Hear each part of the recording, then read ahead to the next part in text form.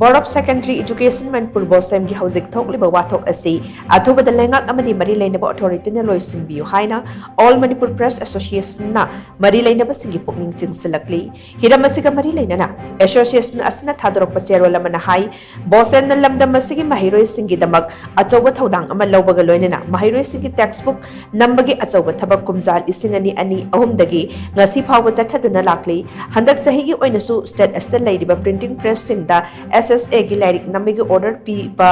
loiraduna lyric number ki thabak ayamba loiraduna board ta delivery tawba yauna rakre matung tarakpada board na sales ki print order amuk pikre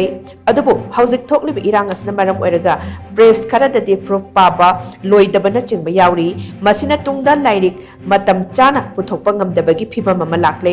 asiguma khudong chadaba sing asigi yengduna Board of Secondary Education Manipur Bosem gi Houjik Thokliba Wathok Asi Athubada Leingak Amadi Leinaba Authority na Loishinbiyu HAINA cheroles na makhatari